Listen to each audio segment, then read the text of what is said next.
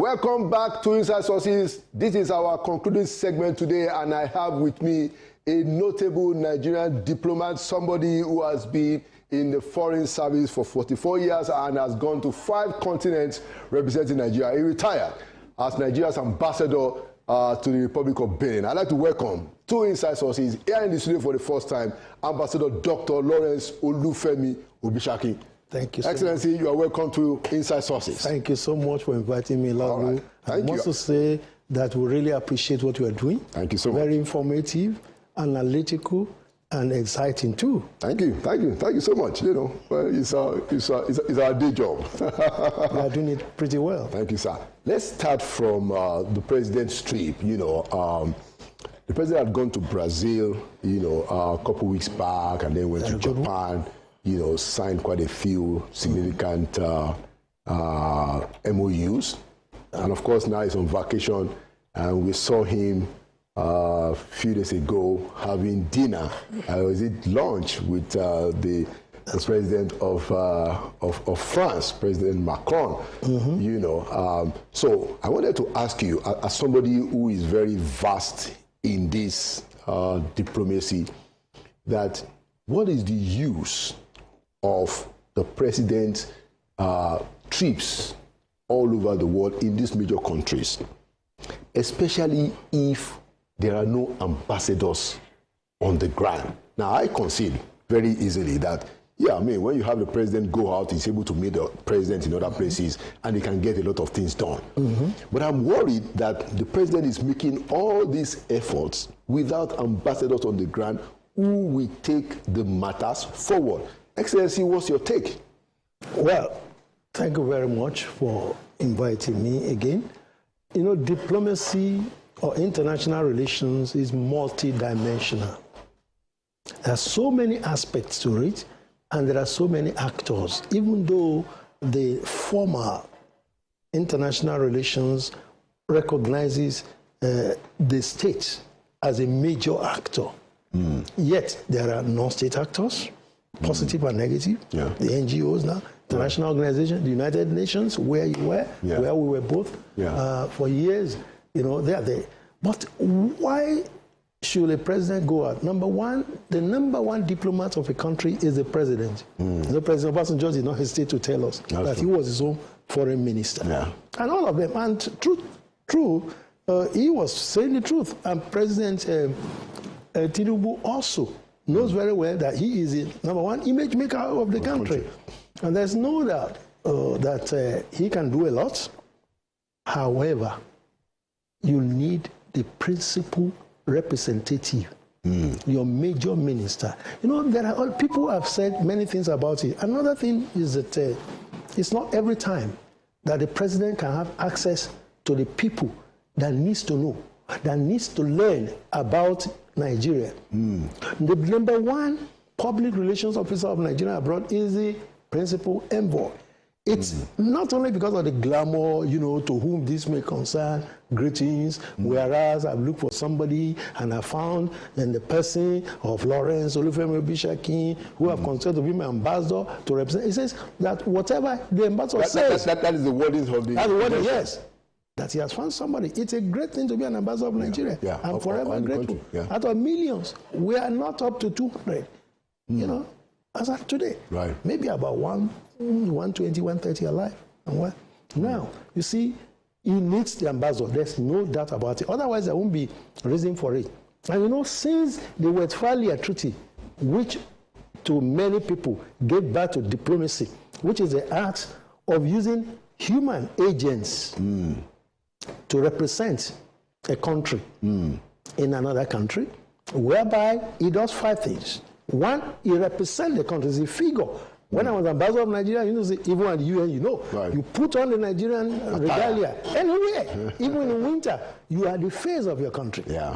Number 2, you go to negotiate for your country. I will forever be grateful to be able to negotiate for Dangote to be able to cross the border. Otherwise, cement of Nigeria would not have crossed. If we didn't do it in 2013, took us 6 months, we did everything.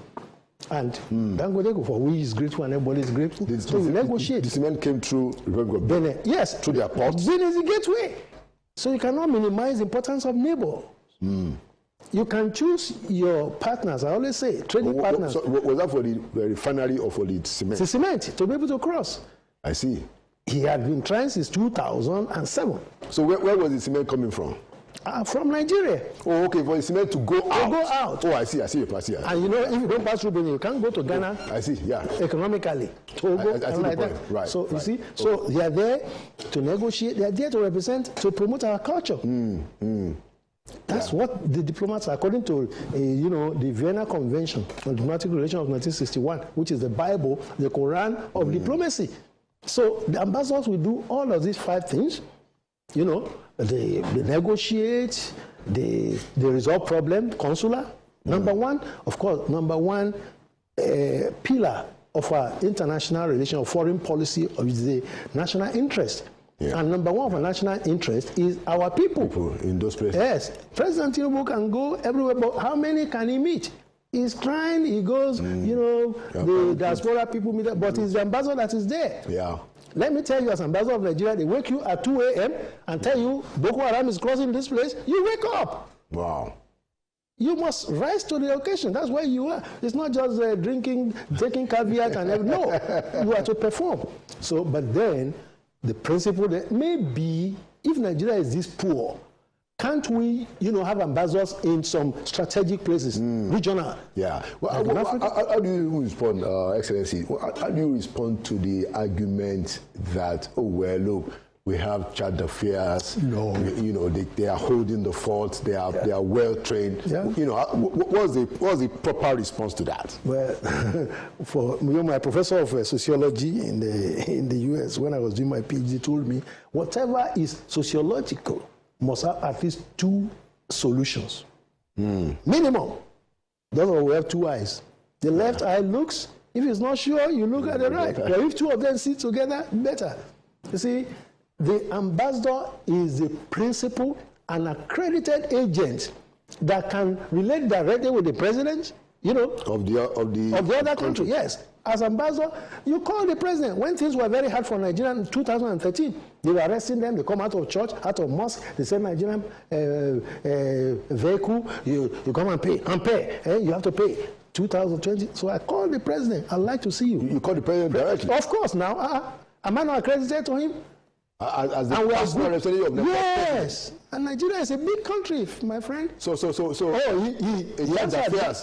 affairs. No, they won't let him. He won't even see the minister most of the time. He will only be seeing the head of department.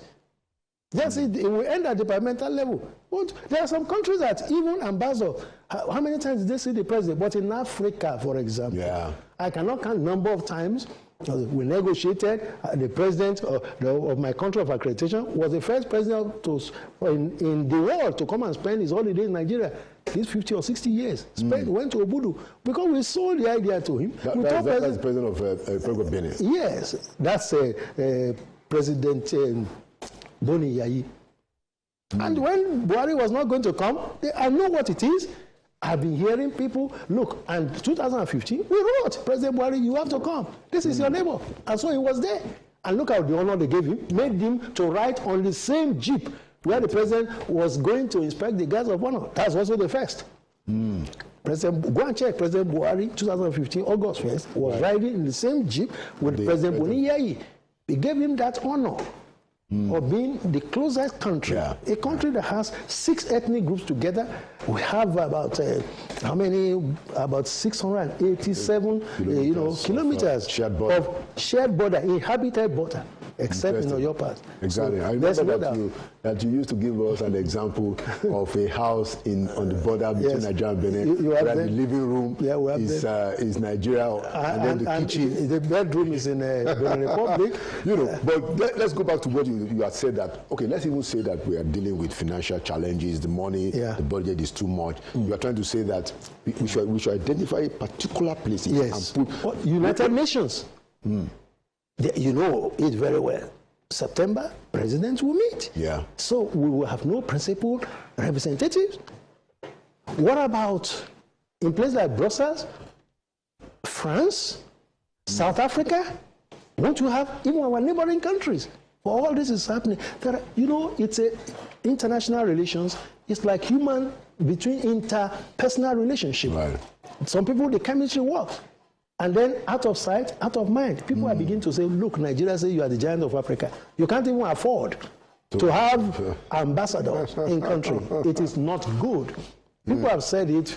I've decided I won't speak about it again because it's obviously it is obvious that this is terrible. Yeah, it's terrible. It's actually a big challenge because I was speaking with one of your colleagues, Ambassador Lukoni, and I asked him that based on his own experience, have we ever had a situation where we don't have ambassador for this long? Because it's going to be 2 years in October that they were recalled. Do you recall any time in your own experience? I've been observing it since I joined 1981, which is 44 years. I've been keeping, I did my 35 years, and I continue to be active. I've never seen it. 2 solid years, no ambassador. It must have been really challenging for President Tinubu, but I want to advise seriously that whatever happens, we could select some areas. It can be done. Let us be represented at regional levels. Okay. Regional levels, minimum. What about China? Yeah. What happens? Addis Ababa. New York. The seat of African Union. New York, Brussels, Paris, Benin Republic, a lot of things are going Senegal, Kenya, which is also another major United Nations center, hub. So we must be, and not only that, you see, international relations is also our telescope. We know what is happening. An ambassador writes dispatch, and it's different when an ambassador writes. Yeah, he knows what's at stake. I'm not saying that our colleagues, some of them are ambassador rank, we must not forget this. But the thing is that they reach and the scope. Yes. Yeah, they need that recognition. Yeah, that recognition, they need it. And it's very important. Okay, let me ask you as we transit, so there has been concern, for a while, and I think this started especially during President Buhari's administration, which I served, by the way, that our presidents go abroad for medical treatment, and even go abroad for vacation, and then in the particular case of President Tinubu, we do respect. He spent a lot of time already in France. A lot of time. Well, not as much as his predecessor. Okay, in France? In abroad. Abroad, He chose France. Yeah, he chose France, yeah. Our late president, Père à son âme, as well in French, we may so rest in peace. I think he stayed at a time that it was almost causing controversies. It's an indictment on our medical, on our health delivery system. It's terrible. It's not good, and I think we can do it. We need to emphasize what is important. As I was saying, that look, international relations is like interpersonal relations. If you don't take care of your heart, of your major organs, you may be having problems. And with time, Nigeria is no longer a teenager. At least this entity has been for years before the pre-colonial. We're going to be 65. Let's say in the life of a nation, but at least we have transited the level of being teenager. We are adults now. Yeah. And there's a level. Even getting close to senior citizens. Senior citizens. And I like Yoruba proverbs and other proverbs. Say, look, if you tell a child, please don't poo there. And you warn him twice. If he does it the same time, you look for what they call fire leave to clean him up. You will find it. Very interesting. But let's look at it, I want us to take a peculiar high. Okay. Now, is there any kind of benefit that Nigeria can get from France, considering that our president has taken a very particular interest in that country? Is there any way this regular meeting can mean something? Or, will you say that this is also happening in the context of when you have countries like Niger and Burkina Faso, trying to pull away from France? How do you interpret that? Really? Do we have any cultural advantage? It's a delicate issue. It is. But I think there is personal aspect. President, Ahmed Tinubu, Bola Ahmed Tinubu, is a human being, and he has his preference. So he may have friends. From what we pick up, he has a personal relationship. We can't run that out. We can't rule that out, and he can be used. You use everything. to benefit your country. That's it. But there's no doubt that that's what I'm exploring. The president also has to be like any other agent. He's the principal agent. He has to be careful. You know, I remember when apartheid, when we were still fighting apartheid. Yes. You know, you are trained. If you are at a meeting and you find out that the apartheid diplomat is your neighbor, you develop what they call diplomatic cold. And you leave the scene. Yes. You cough 2 times and you say, oh, I'm sorry, I have to leave. And then you leave. But you know, we must be careful if our neighbors are having challenges with France. Then we must be conscious of it. At the same time, we are elders. Nigeria is the eldest country around. We are the hegemon of this region. We must be able to resolve this problem ourselves. And there are other ways. I'm sure the presidents of Niger, of Burkina Faso, they have classmates, they have coursemates. Some of us schooled with them in our universities. You know, we have them. So we can talk to them informally, which is often more effective. Some of the military officers actually also trained in Nigerian. Like when I was ambassador in Benin, the chief of naval staff was a member of our course here. And that gave us advantage. Yes, the defense college. There's no doubt. But I think President Tinubu is being advised. He knows. He's not, even though this is his first time of going to diplomacy, formal diplomacy. He was a governor.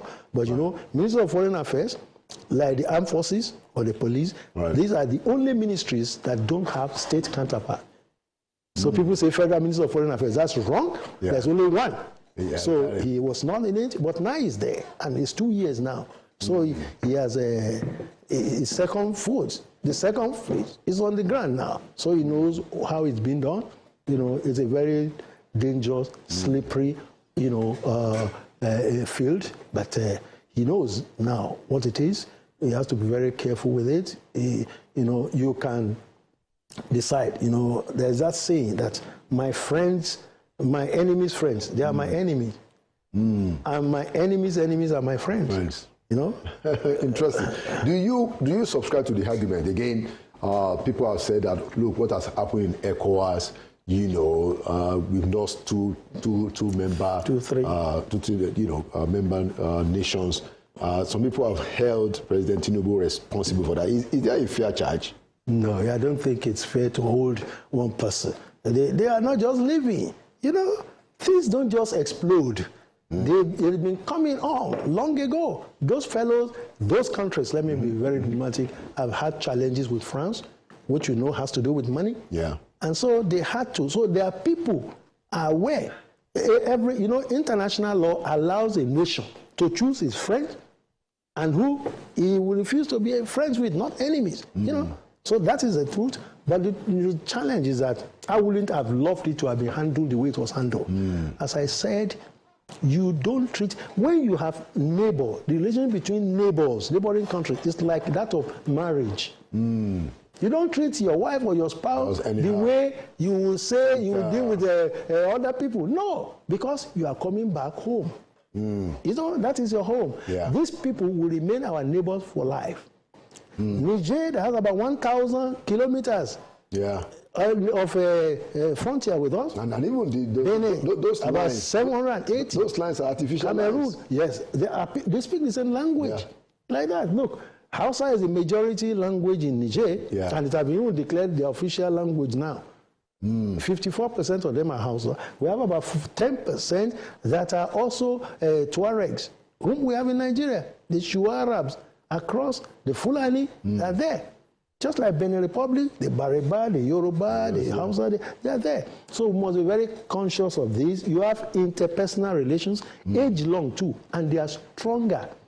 As I said, they are stronger. You know. My view is that, you know, that a Nigerian government ought to be very firm on the question of democracy, which was how those 3 countries had to live. You know, so I personally think that, you know, even it's in the defense of democracy, yes, I mean, the attitude of the president is right. But I've seen. What is democracy? Well, you know, let's use the ancient American government, the people by the people, for the people. So were the government there working for the people? No, let's try to play the devil's advocate. You have a country whose 80% of GDP goes to another country. So will you allow that? Well, in the name of democracy. Well, but don't you think it could have been better if we had gone to them, if all our agencies had been doing their work, they have known this thing was going to happen, and said, look, we know what we want. President Bazoum, who was outside, let us do this way, this way, this way. I'm sure things will have been the other way around. We have to be, we must be proactive. Which is the whole point about diplomacy. Yeah. So our foreign policy is very clear. Okay. Excellent. Thank you so much, Ambassador Obishaki, for your continuous service, and for what you did when we were actually in active foreign service. Thank you. And your work even to the community as an author. Yeah, thank you. I know that you are just you are coming out with a new book. We have a new book, protocol. Yes, it's called a handbook, a church protocol handbook. Etiquettes for leaders. Okay, exactly. So I had one which has become a bestseller. I know the protocol. Yeah. Thank you so much for those contributions to the community, and thank you for coming to Inside Sources. Thank you, Lalu. Thank you so much. We appreciate you. You are doing a great job. Thank you. This is journalism at its peak. Thank you so much. You are a pride to us, and the whole world, I'm sure, they're enjoying it. Thank you so much. Keep it up. Thank you so much. Thank you so much. And there you have it, another edition of Inside Sources. Like we always say, Nigeria will prevail. It means that Nigeria will win because we won't give up. My name is Laulu Akonde. Thank you for watching, and by the grace of God, I'll see you at the next edition.